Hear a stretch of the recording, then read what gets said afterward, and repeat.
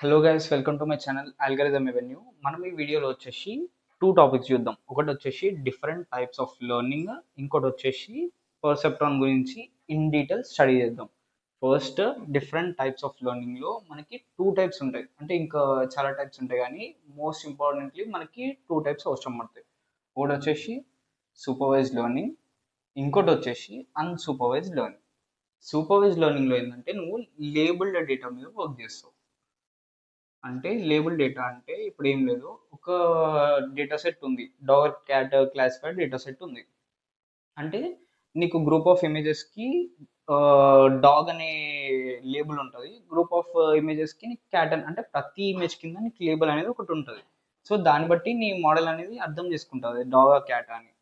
కానీ అన్సూపర్వైజ్డ్ లెర్నింగ్లో ఏంటంటే నువ్వు అన్లేబుల్ డేటా మీద వర్క్ చేస్తావు. దీనికి ఎగ్జాంపుల్ ఏంటంటే నువ్వు కొన్ని గ్రూప్ ఆఫ్ ఆర్టికల్స్ ఒక మోడల్కి ట్రైన్ చేసావు.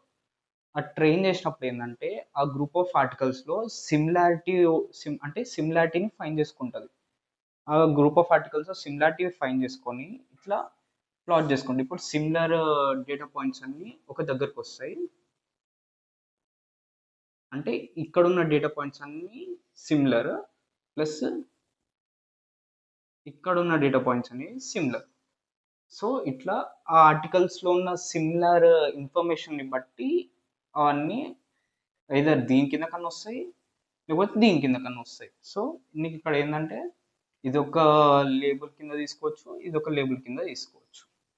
సో నువ్వు ఆల్రెడీ లేబుల్డ్ డేటా మీద ట్రైన్ చేయకుండా ఒక అన్లేబుల్డ్ డేటా మీద ట్రైన్ చేసి దానికి వచ్చిన సిమిలారిటీస్ అన్నిటినీ ఒక దగ్గర ప్లాట్ చేసుకుంటావు. అంటే ఇక్కడ ఉన్న డేటా అంతా సిమిలర్, ఇక్కడ ఉన్న డేటా అంతా సిమిలర్. సో దీన్ని బట్టి నువ్వు లేబుల్స్ అనేవి వేసుకోవచ్చు. ఇది అన్సూపర్వైజ్డ్ లెర్నింగ్. సూపర్వైజ్డ్ లెర్నింగ్ అంటే లేబుల్ డేటా మీద వర్క్ చేయడం, అన్సూపర్వైజ్డ్ లెర్నింగ్ అంటే అన్లేబుల్ డేటా మీద వర్క్ చేయడం. సపోజ్ ఇప్పుడు cat or dog image classify అనేది తీసుకోండి. ఇప్పుడు డాగ్ డేటా పాయింట్స్ అన్ని ఒక దగ్గర వస్తాయి, క్యాట్ డేటా పాయింట్స్ అనేవి ఒక దగ్గర వస్తాయి కదా. సో నువ్వు దాన్ని బట్టి ఏం చెప్తావు, ఇక్కడ ఉన్న అన్ని డాగ్, ఇక్కడ ఉన్న అన్ని క్యాట్. అంటే నువ్వు ఆల్రెడీ ఆ డేటా సెట్లో నీకు లేబుల్స్ అనేవి ఉండవు, కానీ నువ్వు అది క్లాసిఫై చేసేటప్పుడు ఏమవుతుంది, ఆ డేటా పాయింట్స్ అనేవి ఒకటి దగ్గర వస్తున్నాయి. దాన్ని బట్టి నువ్వు చెప్తున్నావు కదా ఇది డాగ్ ఇది క్యాట్ అని. సో అన్సూపర్వైజ్డ్ లెర్నింగ్లో ఏంటంటే లేబుల్స్ ఉండవు, డేటాకి లేబుల్స్ ఉండవు. సూపర్వైజ్డ్ లెర్నింగ్లో డేటాకి లేబుల్స్ ఉంటాయి. సూపర్వైజ్డ్ లెర్నింగ్లో లేబుల్ డేటా మీద వర్క్ చేస్తావు, అన్సూపర్వైజ్డ్ లెర్నింగ్లో అన్లేబుల్డ్ డేటా మీద వర్క్ చేస్తావు. ఓకే, ఇది వచ్చేసి supervised learning, unsupervised learning. So next మనము వాట్ ఈస్ అ పర్సెప్ట్రాన్. పర్సెప్ట్రాన్ని ఇన్ డీటెయిల్గా చూద్దాం.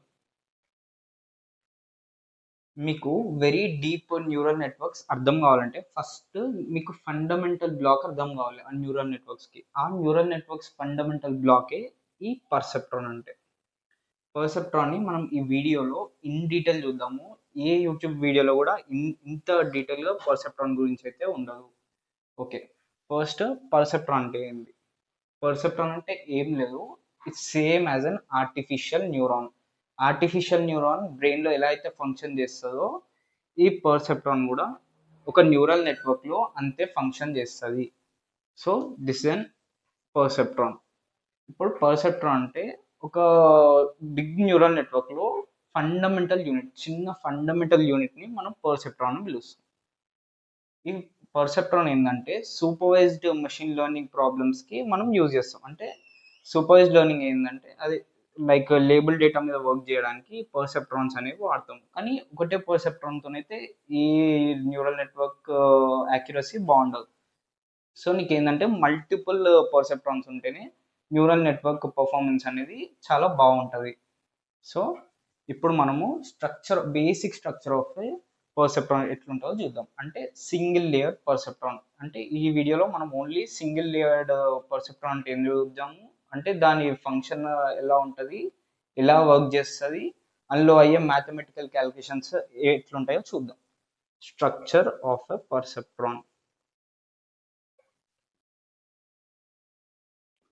పర్సెప్ట్రాన్. Okay, structure of a perceptron అంటే మీకు ఇక్కడ ఇది ఒక పర్సెప్ట్రాన్ అయితే ఇది ఏం లేదు, వెయిటెడ్ సమ్ క్యాలిక్యులేట్ చేయడానికి వాడతాం. మీకు వెయిట్స్ అంటే ఏంది, ఆ దీని లోపల మ్యాథమెటికల్ ఆపరేషన్స్ ఏమైతాయి అవన్నీ కూడా నేను చెప్తాను. ఫస్ట్ దీని స్ట్రక్చర్ ఎలా ఉంటుందో చూద్దాం. ఇది వచ్చేసి బయస్ బి, బయస్ని బి అనుకుందాము.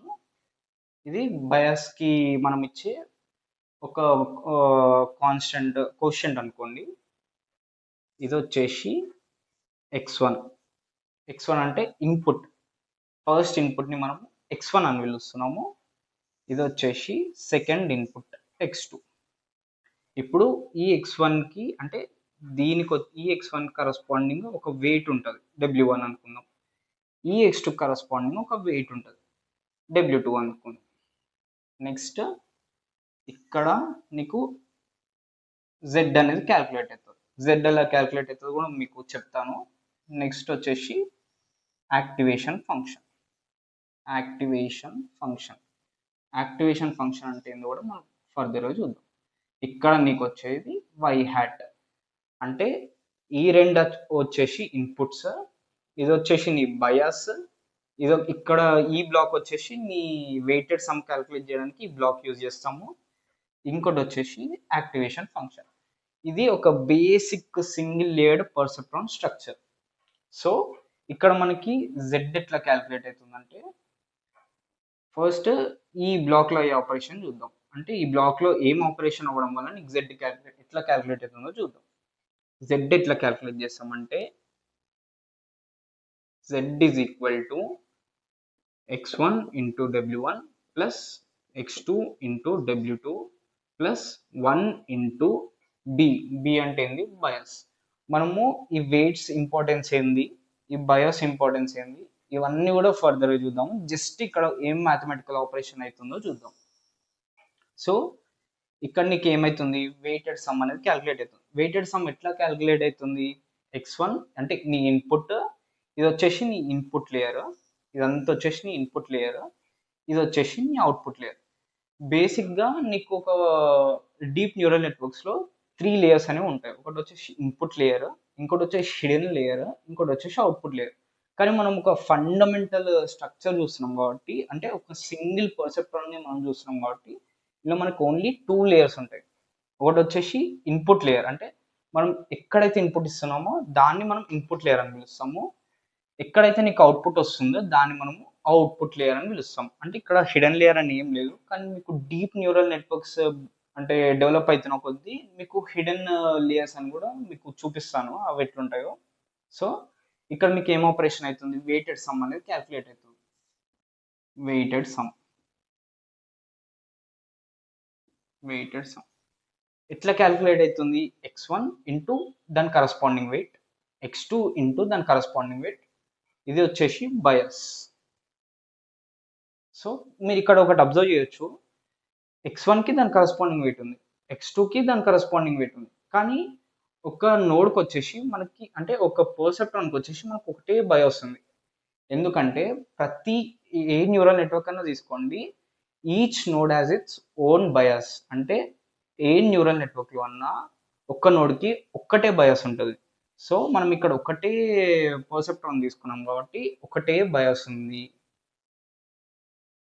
సో ఇదో బయాస్, ఈ రెండు వచ్చేసి వెయిట్స్, ఈ ఇన్పుట్స్కి కరస్పాండింగ్ వెయిట్స్ ఇవి, ఈ రెండింటిని మల్టిప్లై చేసి దీన్ని యాడ్ చేస్తాం. సో దీని జనరలైజ్డ్ ఈక్వేషన్ ఎట్లా రాయొచ్చు, z is equal to summation of i is equal to 1 to n xi wi plus b. ఇది మన జనరలైజ్డ్ ఈక్వేషన్. ఇప్పుడు ఈ జనరలైజ్డ్ ఈక్వేషన్ మనం ఏం చేస్తున్నాం, ఇక్కడ వరకు మనకు అయిపోయింది, z అనేది క్యాల్కులేట్ చేసినాం. z క్యాల్కులేట్ చేసినాక ఏం చేస్తున్నావు, నువ్వు యాక్టివేషన్ ఫంక్షన్ అంటే పాస్ చేస్తున్నావు. యాక్చువల్ నీకు యాక్టివేషన్ ఫంక్షన్ పర్పస్ ఏంటంటే నీకు వచ్చిన అవుట్పుట్ వచ్చేసి చాలా లార్జ్ వాల్యూ ఉంటుంది. ఈ వచ్చిన లార్జ్ వాల్యూని నీకు యాక్టివేషన్ ఫంక్షన్ని బట్టి నీకు స్కేల్ చేసుకుంటుంది. ఇప్పుడు నువ్వు స్టెప్ ఫంక్షన్ వాడినావు అనుకో, స్టెప్ ఫంక్షన్ బేసిక్ స్ట్రక్చర్ ఎట్లుంటుంది అంటే బేసిక్ స్టెప్ ఫంక్షన్ గ్రాఫ్ ఎట్లుంటుంది, ఇట్లుంటుంది.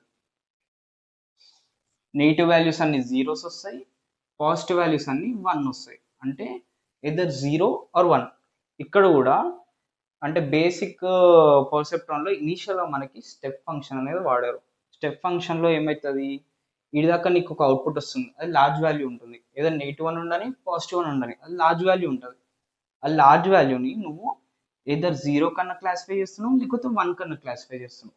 కానీ ఇంకో యాక్టివేషన్ ఫంక్షన్ ఉంటుంది, that is sigmoid activation function. ఇనీషియల్గా మనకి ఈ రెండే యాక్టివేషన్ ఫంక్షన్స్ యూజ్ చేయడం జరిగింది ఈ పర్సెప్ట్రాన్లో. సో నేను అందుకే ఈ రెండింటి గురించి మాట్లాడుతున్నాను. సిగ్మాయిడ్ యాక్టివేషన్ ఫంక్షన్ ఏంటంటే మీకు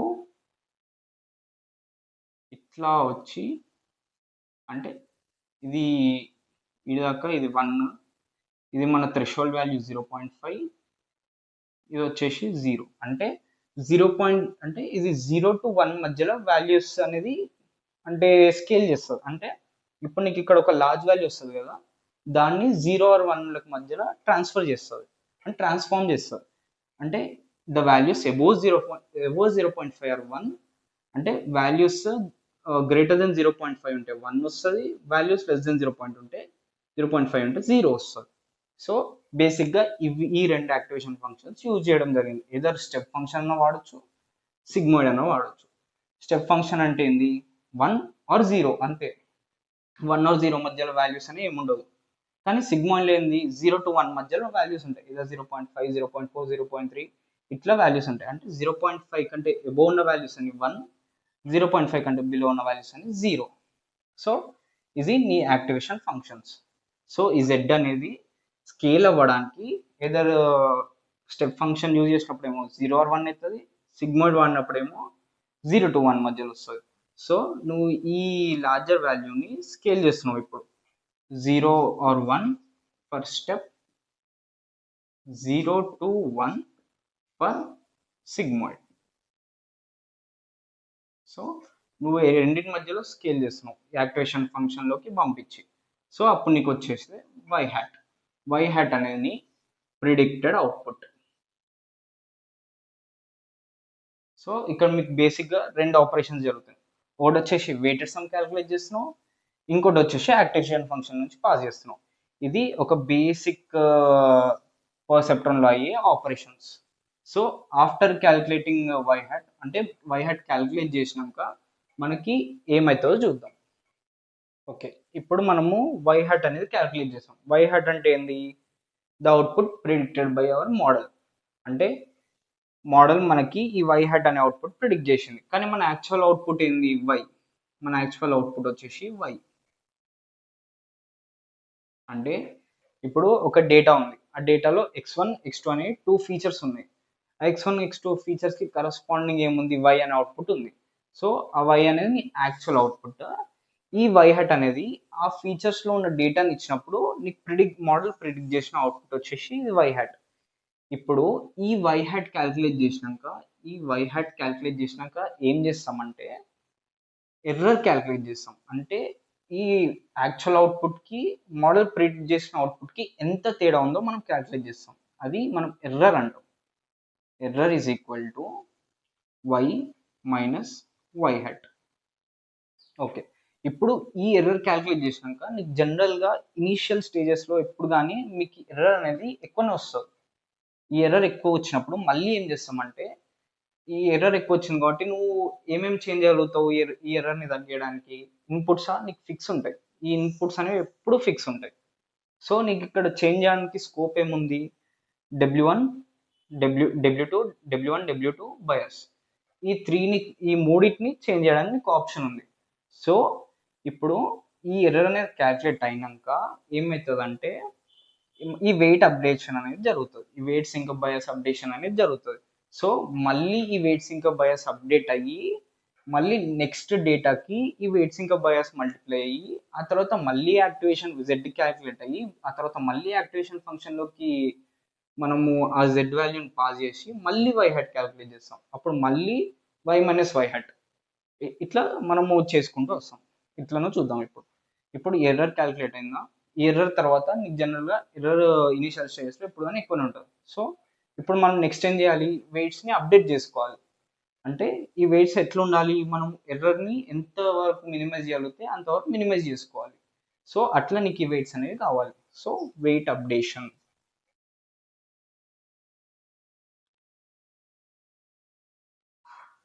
వెయిట్ అప్డేషన్. ఓకే, వెయిట్స్ ఎట్లా అప్డేట్ అవుతాయో చూద్దాం ఇప్పుడు. ఈ వెయిట్ అప్డేషన్ కోసము మనకు ఫార్ములా ఉంటుంది పర్సెప్ట్రాన్లో. W I is equal to W I plus learning rate into error into X I. ఈ ఎక్స్ఐ వచ్చేసి మనకి ఇన్పుట్, ఈ ఎర్రర్ వచ్చేసి మనం ఇందాక y - y చేసాం కదా, అది ఈ ఎర్రర్. నెక్స్ట్ ఈ లెర్నింగ్ రేట్. లెర్నింగ్ రేట్ అంటే ఏం లేదు, ఇప్పుడు ఒక పర్సన్కి ఒక బుక్ ఇచ్చారు, ఆ పర్సన్ని అది చదవమని అడిగారు, చదివి నేను తర్వాత క్వశ్చన్స్ అడుగుతానని చెప్పారు. ఇప్పుడు ఆ పర్సన్ ఏం చేస్తాడు, ఆ బుక్ని ఏదర్ 1 డేలో అన్న చదవగలుగుతాడు, అదే బుక్ని మెల్లగా 100 days అన్న చదవగలుగుతాడు. ఇప్పుడు 1 డేలో ఏంది, తొందర తొందర చదవాలి కదా 1 డేలో చదవాలంటే. సో నీకు లెర్నింగ్ అనేది ఫాస్ట్ ఉంటుంది, ఫాస్ట్గా చదువుతావు. సో అదే నువ్వు 100 days టైం ఇచ్చావు అనుకో, ఆ లెర్నింగ్ అనేది చాలా స్లో ఉంటుంది. అంటే మెల్లమెల్ల డైలీ ఇంత చదువుకుంటూ వస్తాడు. సో అది మనం లెర్నింగ్ రేట్ అని అంటాం. ఇది లెర్నింగ్ రేట్ అని అంటాం. అంటే నువ్వు ఈ లెర్నింగ్ రేట్ని ఎంత హైగా పెట్టుకుంటే వెయిట్స్ అనేవి అంత, అంటే ఇప్పుడు డబ్ల్యూఐ ఓల్డ్కి అంటే పాత వెయిట్, నువ్వు స్టార్టింగ్లో ఇనిషియలైజ్ చేసిన వెయిట్ ఇది. నెక్స్ట్ మైనస్ డబ్ల్యూ న్యూ అంటే నీకు కొత్త వచ్చిన వెయిట్, వీటి మధ్యలో డిఫరెన్స్ అనేది అంత వస్తుంది. అంటే లెర్నింగ్ రేట్ నువ్వు ఎంత పెద్దగా పెట్టుకుంటే నీకు ఈ వెయిట్స్ మధ్య డిఫరెన్స్ అనేది అంత ఎక్కువ వస్తుంది. సో ఎప్పుడు కానీ నువ్వు లెర్నింగ్ రేట్ చాలా చిన్నగా స్టార్ట్ చేయాలి. అంటే లెర్నింగ్ రేట్ అనేది చిన్నగా పెట్టుకుంటే చిన్న చిన్న వెయిట్స్ అప్డేట్ అయితే వస్తాయి. అది ఎందుకో కూడా మీకు ఫర్దర్గా చెప్తాను, లెర్నింగ్ రేట్ ఎందుకు అలా పెట్టుకోవాలి అదంతా చెప్తాను. మనం ఇప్పుడు బేసిక్ చూసాం కాబట్టి బేసిక్ లెవెల్లోనే వెళ్దాము, తర్వాత వచ్చేసి మనం ఇన్ డెప్త్ వెళ్దాం. సో ఇది వచ్చేసి లెర్నింగ్ రేట్. లెర్నింగ్ రేట్ అంటే ఏం లేదు, అంటే ఎంత ఫాస్ట్గా నువ్వు వెయిట్స్ అనేవి అప్డేట్ చేయాలనుకో, అంటే ఎంత ఎక్కువగా నువ్వు వెయిట్స్ అనేవి అప్డేట్ చేయగలుగుతాం, దాన్ని మనం లెర్నింగ్ రేట్ అని అంటాం. సో ఇక్కడ మనకి వెయిట్స్ అనేవి క్యాలిక్యులేట్ అవుతాయి, ఈ ఫార్ములాతోని మనకి వెయిట్స్ అనేవి క్యాలిక్యులేట్ అవుతాయి. అంటే ప్రతిసారి ఇట్లా ఇన్పుట్ డేటా వెళ్తుంది, ఈ వై హైట్ అనేది క్యాలిక్యులేట్ అవుతుంది, యాక్చువల్ అవుట్పుట్కి నువ్వు ప్రిడిక్ట్ చేసిన అవుట్పుట్కి ఎర్రర్ అనేది క్యాలిక్యులేట్ చేస్తావు, ఎర్రర్ క్యాలిక్యులేట్ చేసినాక ఈ వెయిట్స్ అనేవి అప్డేట్ అవుతాయి. నెక్స్ట్ బయస్ కూడా అట్లనే అప్డేట్ అవుతుంది, similar to the weights bias కూడా అట్లనే అప్డేట్ అవుతుంది, bias updation.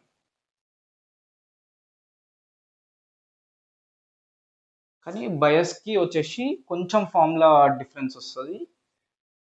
Sorry, B I is equal to, దీనికి ఐ ఏమి ఉండదు ఎందుకంటే ఒకటే మనకి నోడ్ ఉంది కాబట్టి, B is equal to B plus learning rate, దీన్ని కొంచెం ఇట్లా రాద్దాం, learning rate into error. Okay, ఇది బయస్ అప్డేషన్ ఫార్ములా.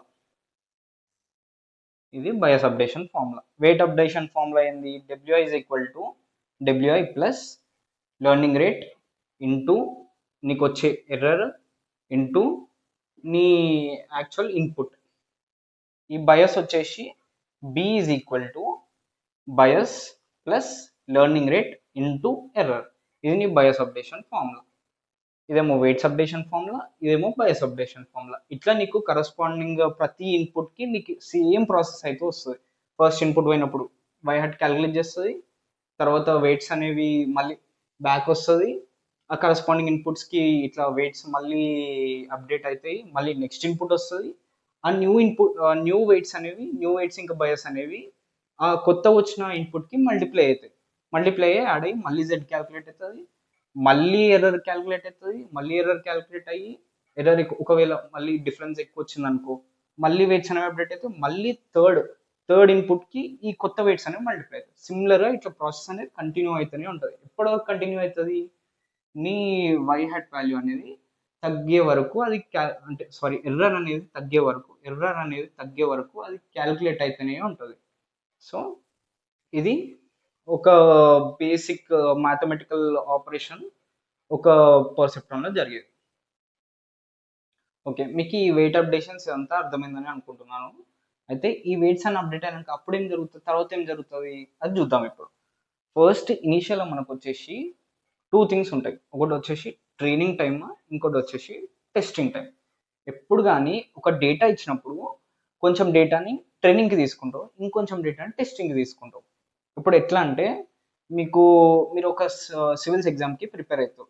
ఆ సివిల్స్ ఎగ్జామ్కి ప్రిపేర్ అయ్యే ప్రాసెస్లో ఏంది, మీరు చదువుతూ వస్తారు కదా, డైరెక్ట్ అయితే ఎగ్జామ్ అటెంప్ట్ చేయరు కదా. ఫస్ట్ చదివి దాని గురించి ఐడియా వచ్చాక దాని గురించి కొంచెం ట్రైనింగ్ తీసుకున్నాక అప్పుడు కదా మీరు ఎగ్జామ్ రాసేది. సో సిమిలర్గా ప్రతి డీప్ లెర్నింగ్ మోడల్ కూడా ఇంతే. ఇనీషియల్గా ట్రైనింగ్ టైం, దాని తర్వాత వచ్చేసి testing or prediction or prediction prediction time prediction time అని రెండు ఉంటాయి. టెస్టింగ్ టైం ఒకటి, ప్రిడిక్షన్ టైం ఒకటి. ట్రైనింగ్ టైం ఒకటి, ప్రిడిక్షన్ టైం ఒకటి.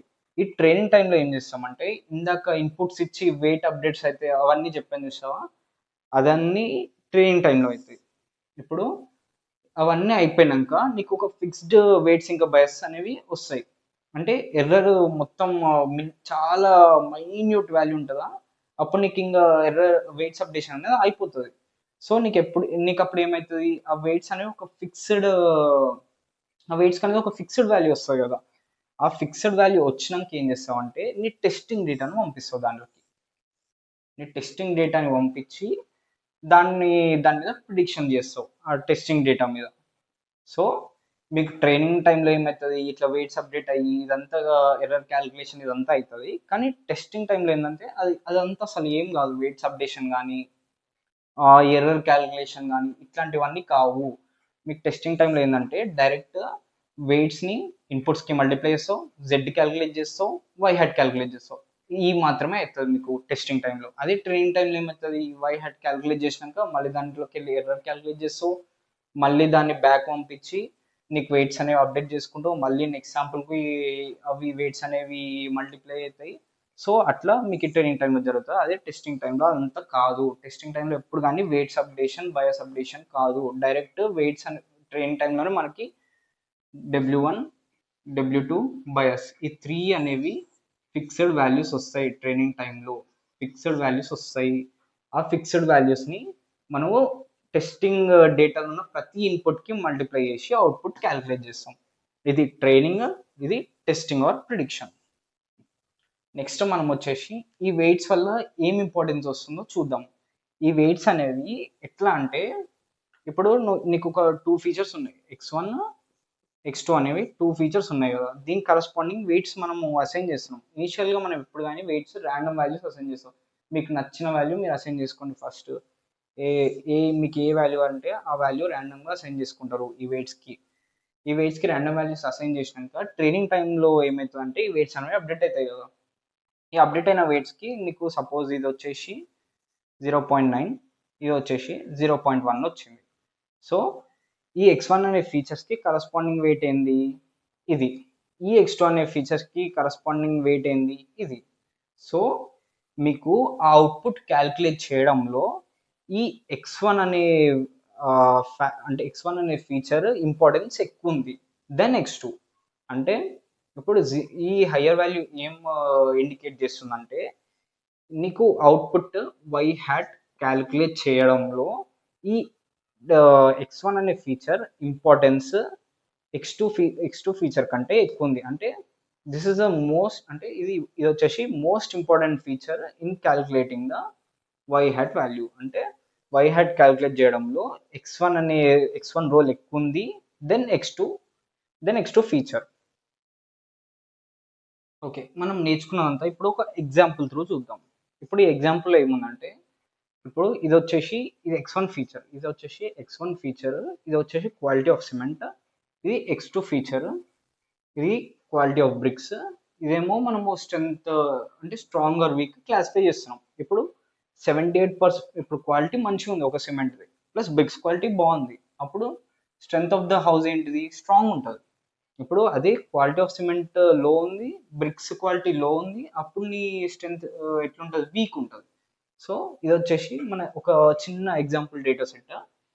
ఇప్పుడు దీంట్లోకి వెళ్ళి మనం క్యాలిక్యులేషన్ ఎట్లా చేస్తామో చూద్దాం. ఇప్పుడు ఇది X1, ఇది X2, ఇది వచ్చేసి Y. ఇప్పుడు X1 అంటే 78 ఇంటూ ఫస్ట్ ఇనిషియల్గా మనం ర్యాండమ్ వెయిట్స్ అసైన్ చేస్తాం కదా.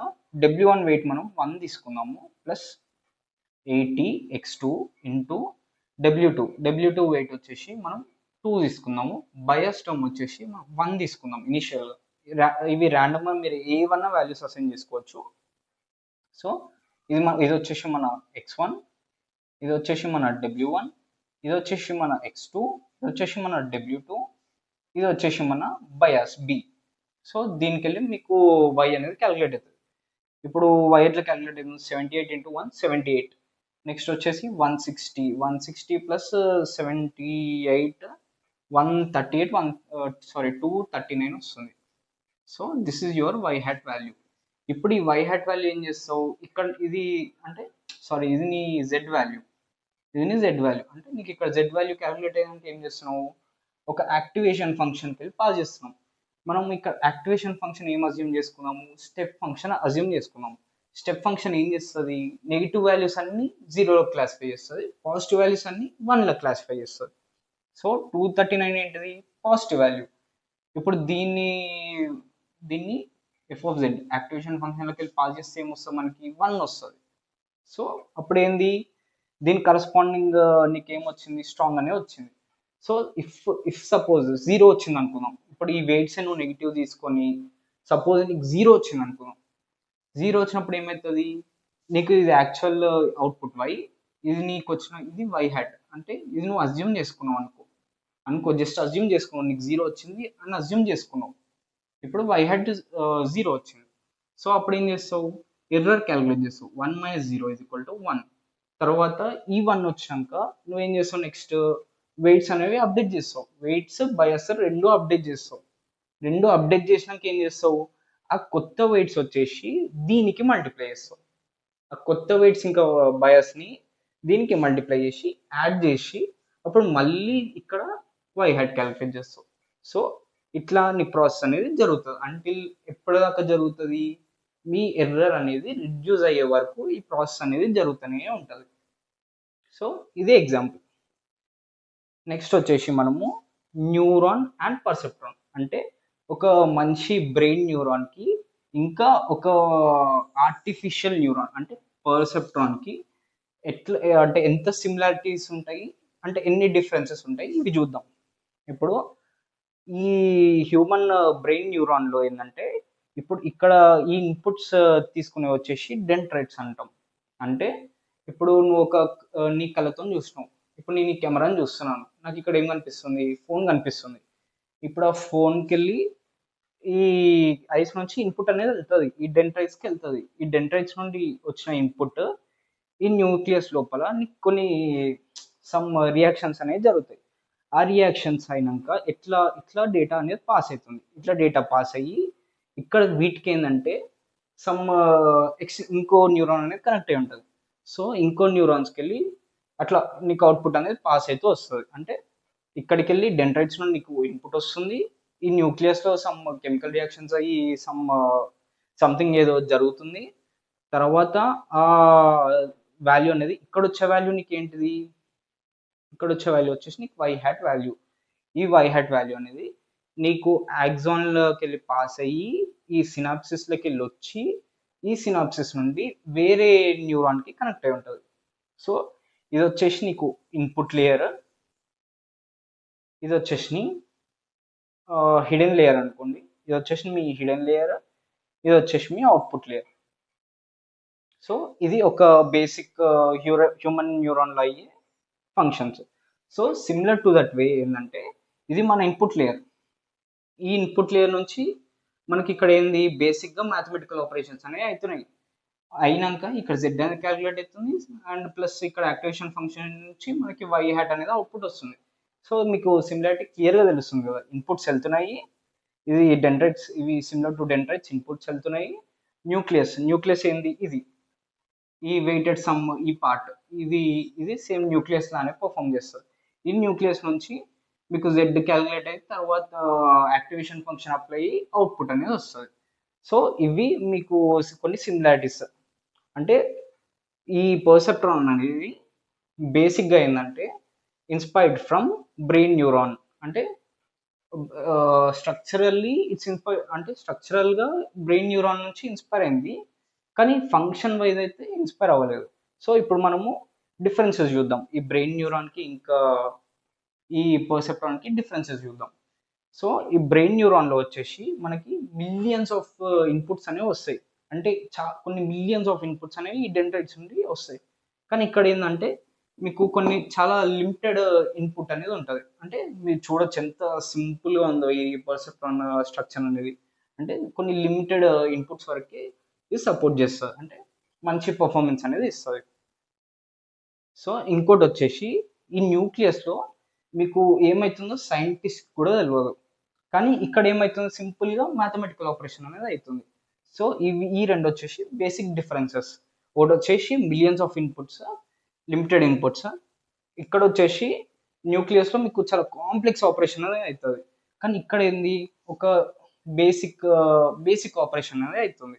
సో ఇవి differences and similarities of neuron and perceptron. ఇప్పుడు మనం వచ్చేసి జియోమెట్రికల్ ఇంట్యూషన్ చూద్దాం పర్సెప్ట్రాన్కి. ఇది వచ్చేసి మన బేసిక్ పర్సెప్ట్రాన్ ఆర్కిటెక్చర్. ఇది వచ్చేసి మనం ఇందాక ఒక డేటా సెట్ తీసుకున్నాం కదా, దాంట్లో నుంచి ప్లాట్ అయిన కొన్ని డేటా పాయింట్స్ ఇవి. అంటే ఇది వచ్చేసి వై యాక్సిస్ మీద ఉన్నది quality of cement, X axis మీద ఉన్నది క్వాలిటీ ఆఫ్ బ్రిక్స్. సో ఆ క్వాలిటీ ఆఫ్ బ్రిక్స్ ఇంకా క్వాలిటీ ఆఫ్ సిమెంట్ డేటా పాయింట్స్ని ప్లాట్ చేసినప్పుడు నీకు అవి డేటా పాయింట్స్ అనేవి ఇట్లా ప్లాట్ అయినాయి. సో ఇక్కడ ఈ స్ట్రక్చర్కి వెళ్ళి మనం ఫస్ట్ బేసిక్ ఈక్వేషన్ రాద్దాం. బేసిక్ జెడ్ వాల్యూ ఏమొస్తుంది మనకి ఈ పర్సెప్ట్రాన్లో? x1 w1 plus x2 w2 plus bias b. So ఈ ఈక్వేషన్లో మనము ఏం అజ్యూమ్ చేసుకున్నామంటే x1 వాల్యూని మనము x తీసుకున్నాం, క్యాపిటల్ x. x2 వాల్యూని మనం క్యాపిటల్ y తీసుకున్నాం. ఇప్పుడు w1 వాల్యూని మనము a తీసుకున్నాము, w2 వాల్యూని మనం b తీసుకున్నాము, బయాస్ వాల్యూని మనము c తీసుకున్నాం. సో ఇవి సబ్స్టిట్యూట్ చేసి ఈక్వేషన్ని రీరైట్ చేసినప్పుడు ఎట్లా వస్తుంది అంటే ax plus by plus c. ఇప్పుడు ఈ ఈక్వేషన్ చూస్తుంటే మీకు ఏమైనా గుర్తొస్తుందా? ఇదేంటిది? Basic line equation. ఇది వచ్చేసి లైన్ ఈక్వేషన్, అంటే 2D లైన్ ఈక్వేషన్ ఇది మనకి. సో ఇప్పుడు ఈ లైన్ ఏంటంటే ఈ డేటా సెట్ పాయింట్స్ నుంచి ఇట్లా ఇట్లా మధ్యలో నుంచి ఇట్లా పాస్ అవుతుంది. సో ఇవన్నీ వచ్చేసి మన డేటా, ఈ సర్కిల్స్ అనేవి లేవు.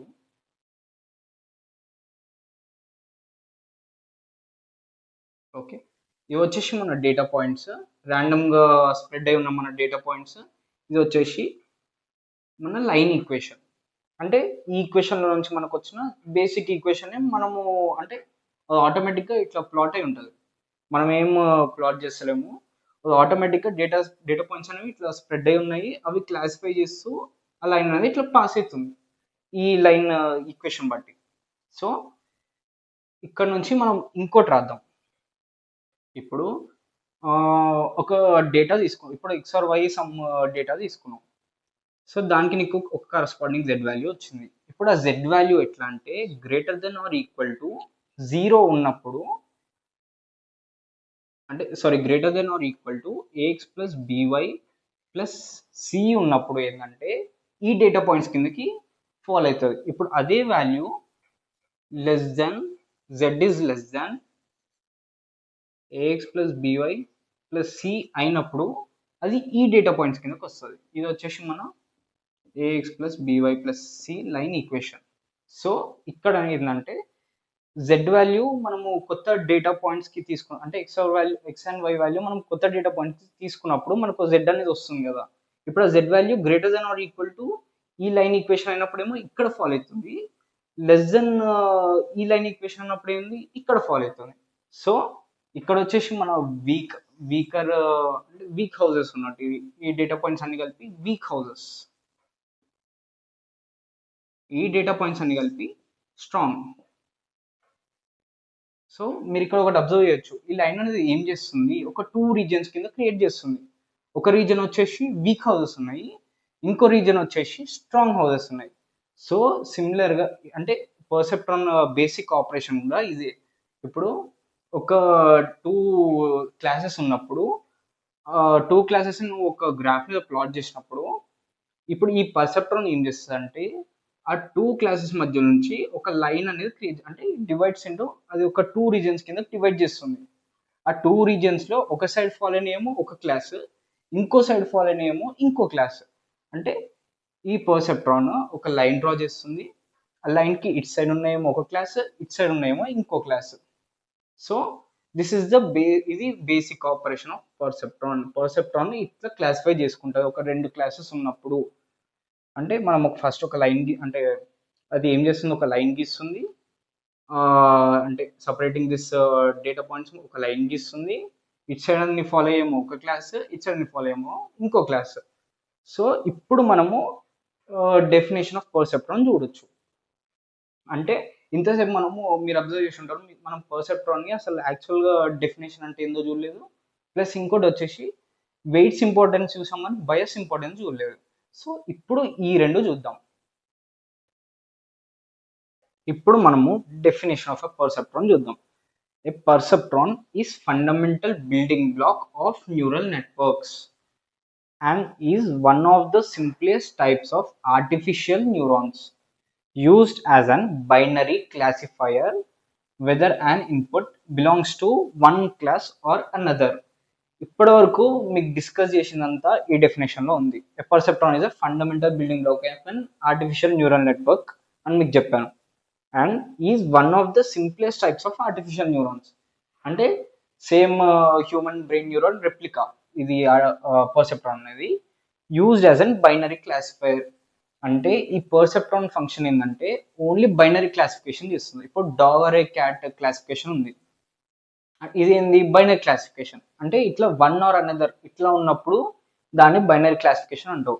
పర్సెప్ట్రాన్ ఏం చేస్తుంది అంటే ఏం చేస్తుంది, బైనరీ క్లాసిఫికేషన్ చేస్తుంది పర్సెప్ట్రాన్. దాన్ని ఈ పర్సెప్ట్రాన్ ఫంక్షన్ ని మనం బైనరీ క్లాసిఫైర్ అని కూడా రాయొచ్చు. బైనరీ క్లాసిఫికేషన్ చేస్తుంది ఈ పర్సెప్ట్రాన్ అనేది. Binary classification whether and input belongs to one class or another. అంటే ఆ లైన్ కి ఇట్ సైడ్ ఉన్నాయన్ని ఒక క్లాస్, ఇట్ సైడ్ ఉన్నాయన్ని ఇంకో క్లాస్. అంటే ఆ పర్సెప్ట్రాన్ ఏం చేస్తుంది, ఒక గ్రూప్ అంటే మీకు నార్మల్గా డేటా పాయింట్స్ చేసినప్పుడు సిమిలర్ డేటా అంతా ఒక సైడ్ వస్తుంది, ఇంకో సిమిలర్ డేటా అంతా ఒక సైడ్ వస్తుంది. సో ఆ రెండింటి మధ్యలో లైన్ గీసి కొత్త డేటా పాయింట్స్ వచ్చినప్పుడు ఇట్ సైడ్ ఫాలో అయ్యేవన్నీ అంటే టెస్టింగ్ టైంలో ఇట్ సైడ్ ఫాలో అయ్యేవన్నీ మీకు ఏంది ఈ క్లాస్ కిందకు వస్తాయి, అట్ సైడ్ ఫాలో అయ్యేవన్నీ ఏంది ఈ క్లాస్ కిందకు వస్తాయి. సో ఇది బేసిక్ డెఫినేషన్ ఆఫ్ పర్సెప్ట్రాన్. ఇప్పుడు మనము బయాస్ ఇంపార్టెన్స్ అంటే ఏందో చూద్దాం. బయాస్ ఇంపార్టెన్స్ కంటే ముందు ఇంకో టాపిక్ చెప్పడం మర్చిపోయాను. ఇప్పుడు మీకు టూ డైమెన్షనల్ ఉన్నప్పుడు మీరు ఏంది ఒక లైన్ గీస్తున్నారు. అదే త్రీ డైమెన్షనల్ ఇన్పుట్ ఉన్నప్పుడు అంటే త్రీ ఫీచర్స్ ఉన్నప్పుడు అంటే a x plus b y plus c x plus b is equal to z. అంటే మీకు ఇక్కడ ఏంది త్రీ ఇన్పుట్స్ ఉన్నాయి, బివై ప్లస్ సిజెడ్, సారీ సిజెడ్. సిజెడ్ అంటే ఇక్కడ ఎక్స్ అనేది ఒక ఫీచర్, ఎక్స్ అనేది ఇంకో ఫీచర్, జెడ్ అనేది వై అనేది ఒక ఫీచర్, జెడ్ అనేది ఇంకో ఫీచర్. అంటే ఇక్కడ మీకు త్రీ ఫీచర్స్ ఉన్నాయి, ఎక్స్ వై జెడ్. ఇట్లా మీకు త్రీ ఫీచర్స్ ఉన్నప్పుడు మీ పర్సెప్ట్రాన్ ఏంటంటే ఒక ప్లేన్, ఒక ప్లేన్ ఉంటుంది. పర్సెప్ట్రాన్ అనేది ఒక ప్లేన్. ఆ ప్లేన్ ఏం చేస్తుంది, బైనరీ క్లాసిఫికేషన్ చేస్తుంది. ఇప్పుడు ఆ ప్లేన్ లో ర్యాండమ్ ఇట్లా డేటా అని ప్లాట్ అయి ఉన్నాయి. ఇది ఒక డేటా, ఇది ఒక డేటా. ఇట్లా ఒక ప్లేన్ త్రీ డైమెన్షనల్ ప్లేన్, ఇట్లా ఒక త్రీ డైమెన్షనల్ ప్లేన్ బిల్డ్ చేస్తుంది. సో ఆ ప్లేన్ కి ఇట్ సైడ్ ఫాలో అయ్యవన్నీ ఒక క్లాస్, ఇట్ సైడ్ ఫాలో అయ్యవన్నీ ఇంకో క్లాస్. అదే మీకు ఫోర్ డైమెన్షనల్ ఉన్నప్పుడు ఏంది, దాన్ని హైపర్ ప్లేన్ అని అంటాం. Hyper plane. టూ డైమెన్షనల్ ఉన్నప్పుడేమో లైన్ లైన్ యూజ్ చేస్తుంది క్లాసిఫై చేయడానికి. త్రీ డైమెన్షన్ ఉన్నప్పుడు ఏంది ప్లేన్ యూజ్ చేస్తుంది క్లాసిఫై చేయడానికి. ఫోర్ డైమెన్షన్ ఉన్నప్పుడు ఏంది హైపర్ ప్లేన్ యూజ్ చేస్తుంది క్లాసిఫై చేయడానికి. సో నెక్స్ట్ వచ్చేసి బయస్ ఇంపార్టెన్స్ ఏందో చూద్దాం. ఇప్పటివరకు మనం వెయిట్స్ ఎంత ఇంపార్టెంటో చూసామో ఇప్పుడు బయస్ ఇంపార్టెన్స్ ఏందో చూద్దాం. ఇప్పుడు మీకు డేటా పాయింట్స్ అనేవి ఇట్లా ఫాలో ఉన్నాయి. అంటే ఇక్కడ ఇట్ సైడ్ ఉన్నాయన్ని అంటే ఒక ఇప్పుడు ఈ లైన్ లేదనుకోండి, అంటే ఈ ఇది ఇక్కడ ఉన్నాయన్ని సిమిలర్ కైండ్ ఆఫ్ డేటా, ఇక్కడ ఉన్న డేటా పాయింట్స్ అన్నింటిలో సిమిలర్ కైండ్ ఆఫ్ డేటా ఉంది. సో ఇప్పుడు ఇక్కడ ఒక లైన్ గీసారు. ఇప్పుడు ఈ లైన్ అనేది ఏంటిది, ఒక ఇప్పుడు ఈ బయాస్ అనేది ఏంటిది? ఈ లైన్‌ని జనరల్‌గా లైన్ అనేది ఇట్లుంటది గదా! మనకి ఆరిజిన్ నుండి పాస్ అయ్యి ఉంటది లైన్ అనేది. కానీ ఈ బయాస్ ఏం చేస్తదంటే లైన్‌ని ఇట్లా మీకు అంటే నచ్చినట్టు ఇట్లా మూవ్ చేస్తావు లైన్ అనేది. జనరల్‌గా ఎట్లుంటది లైన్ ఇట్లుంటది. కానీ నువ్వు బయాస్ 0 తీసుకొని ఇట్లా తీసుకున్నప్పుడు ఏందంటే మీకు అంటే బయాస్ లేనప్పుడు ఏంది? బయాస్ 0 అన్నట్టే కదా! సో, లైన్ ఇట్లున్నప్పుడు ఆరిజిన్ నుంచి పాస్ అయినప్పుడు బయాస్ 0 అయినప్పుడు ఏందంటే లైన్ ఆరిజిన్ నుండి పాస్ అయితది. ఇది జనరల్ బేసిక్ మ్యాథమెటిక్స్. ఈ ఆరిజిన్ నుంచి పాస్ అయినప్పుడు మీకేంది ఇక్కడ క్లాసిఫై అయితుందా? ఇట్లా ఆరిజిన్ నుంచి పాస్ అయినప్పుడు? మీరే చెప్పండి. ఇక్కడ ఆరిజిన్ నుంచి పాస్ అయినప్పుడు మీకు డేటా అనేది క్లాసిఫై అయితుందా? అంటే ఇప్పుడు ఇక్కడ ఒక గ్రూప్ ఆఫ్ డేటా ఉంది. ఇక్కడ ఒక గ్రూప్ ఆఫ్ సిమిలర్ డేటా ఉంది. సో, ఇక్కడ మీరు చూడొచ్చు. అంటే ఇప్పుడు ఇటు సైడ్ ఉన్నదంతా సిమిలర్ డేటా, ఇటు సైడ్ ఉన్నదంతా సిమిలర్ డేటా కావాలి కదా! By definition of perceptron. అంటే మీకు ఇక్కడ ఒక సిమిలర్ డేటా ఉంది. ఇక్కడంతా కూడా అంటే మిక్స్డ్ డేటా అనేది ఉంది. సో, బయాస్ 0 అయినప్పుడు ఏందంటే మీకు అంటే వేరియన్స్ అనేవి ఉండవు లైన్‌లో. అదే మీకు బయాస్ ఒక వాల్యూ తీసుకున్నప్పుడు ఏందంటే ఇట్లా ఒక వాల్యూ అంటే ఇటు సైడ్ ఉన్నప్పుడు ఒక క్లాసిఫైయర్ టైప్ అంటే ఇటు ఉన్న డేటా అంతా సిమిలర్ ఇటు ఉన్న డేటా అంతా సిమిలర్. అదే బయాస్ ఇట్లున్నప్పుడు ఏంటంటే ఇక్కడ ఉన్న డేటా అంతా సిమిలర్ ఇక్కడ ఉన్న డేటా అంతా సిమిలర్. అంటే ఇట్ ప్రొవైడ్స్ వేరియంట్స్ అంటే ఒక లైన్లోనే డిఫరెంట్ అడ్జస్ట్మెంట్స్ అనేవి ప్రొవైడ్ చేస్తుంది. అంటే డిఫరెంట్ జియోమెట్రికల్ బౌండరీస్ ప్రొవైడ్ చేసి ఆ డేటా అనేది క్లాసిఫై చేయడానికి హెల్ప్ చేస్తుంది మీకు. ఇది ఇంపార్టెన్స్ ఆఫ్ బయాస్. ఇంకొక ఇంపార్టెన్స్ వచ్చేసి ఇప్పుడు మీరు ఇనీషియల్‌గా మీరు వెయిట్స్ అనేవి 0 తీసుకోండి. A value 0, B value 0, C value 0. ఇనీషియల్‌గా మీరు ఫస్ట్ అసైన్ చేసినప్పుడు వెయిట్స్ అనేవి 0 తీసుకున్నాడు. సో, ఈ బయాస్ ఏం చేస్తదంటే, ఈ బయాస్‌కి ఇప్పుడు ఒక వాల్యూ అయితే ఉంటది కదా! ఈ వెయిట్స్ 0 అయినప్పుడు ఈ టర్మ్ అంతా 0 అయిపోతది. అప్పుడు నీకు ఈ బయాస్‌కి వాల్యూ ఉంటదా? ఇప్పుడు ఈ బయాస్ వాల్యూ ఏం చేస్తదంటే, ఇనీషియల్ ట్రైనింగ్‌కి హెల్ప్ చేస్తది. అంటే మీకు నార్మల్‌గా మొత్తం 0 అయినప్పుడు ఏంది ఇంకా ట్రైనింగ్ ఏమైతది? సో, ఈ బయాస్‌ని మీరు ఒక వాల్యూ తీసుకున్నప్పుడు ఇనీషియల్ ట్రైనింగ్ అనేది హెల్ప్ చేస్తది. సో, ఇది ఇంపార్టెన్స్ ఆఫ్ బయాస్. బయాస్ ఏంది? ఒక జియోమెట్రికల్ బౌండరీని క్రియేట్ చేయడానికి హెల్ప్ చేస్తది. బయాస్ 0 అయినప్పుడు లైన్ అనేది ఆరిజిన్ నుంచి పాస్ అవుతది. లైన్ అనేది అట్లా ఆరిజిన్ నుంచి పాస్ అయిన అంటే బయాస్ 0 అయినప్పుడు మీకు వేరియేషన్స్ అనేవి కనిపియవు లైన్‌లో. సో, ఇట్లా ఫిక్స్‌డ్ ఎప్పుడు గాని ఇట్లా ఫిక్స్‌డ్‌గా ఇట్లా మూవ్ అయితది. ఇది ఒక ప్లాట్ అయినప్పుడు ఇట్లా, ఇట్లా మూవ్ అవ్వడం గాని, సారీ ఇట్లా గాని, సపోజ్ ఇట్లా గాని, ఇట్లా అనేది నీ లైన్ స్ట్రక్చర్ అనేది ఉంటది. ప్రతిసారి నీకు ఆరిజిన్ నుంచే మూవ్ అవ్వాల్సొస్తది. కానీ అదే నువ్వు బయాస్ సమ్ వాల్యూ తీసుకున్నప్పుడు ఏందంటే, ఇప్పుడు ఇక్కడ ఒక డేటా ఉన్నప్పుడు ఏందంటే, ఇట్లా, ఇట్లా డివైడ్ చేయడానికి నీకు స్కోప్ ఉంటది. సో, ఇది ఇంపార్టెన్స్ ఆఫ్ బయాస్. ఇదొచ్చేసి మన 3 డైమెన్షనల్ గాని, 4 డైమెన్షనల్ గాని ఉన్నప్పుడు ఎట్లా క్లాసిఫై చేస్తుంది లైక్ ప్లేన్ గాని, హైపర్ ప్లేన్ గాని. ఇప్పుడు మనము డిసడ్వాంటేజెస్ ఆఫ్ పర్సెప్ట్రాన్ చూద్దాం. ఓకే. డిసడ్వాంటేజెస్ ఆఫ్ పర్సెప్ట్రాన్ చూడాలంటే ఒక చిన్న గ్రాఫ్ చాలు. ఆహ్,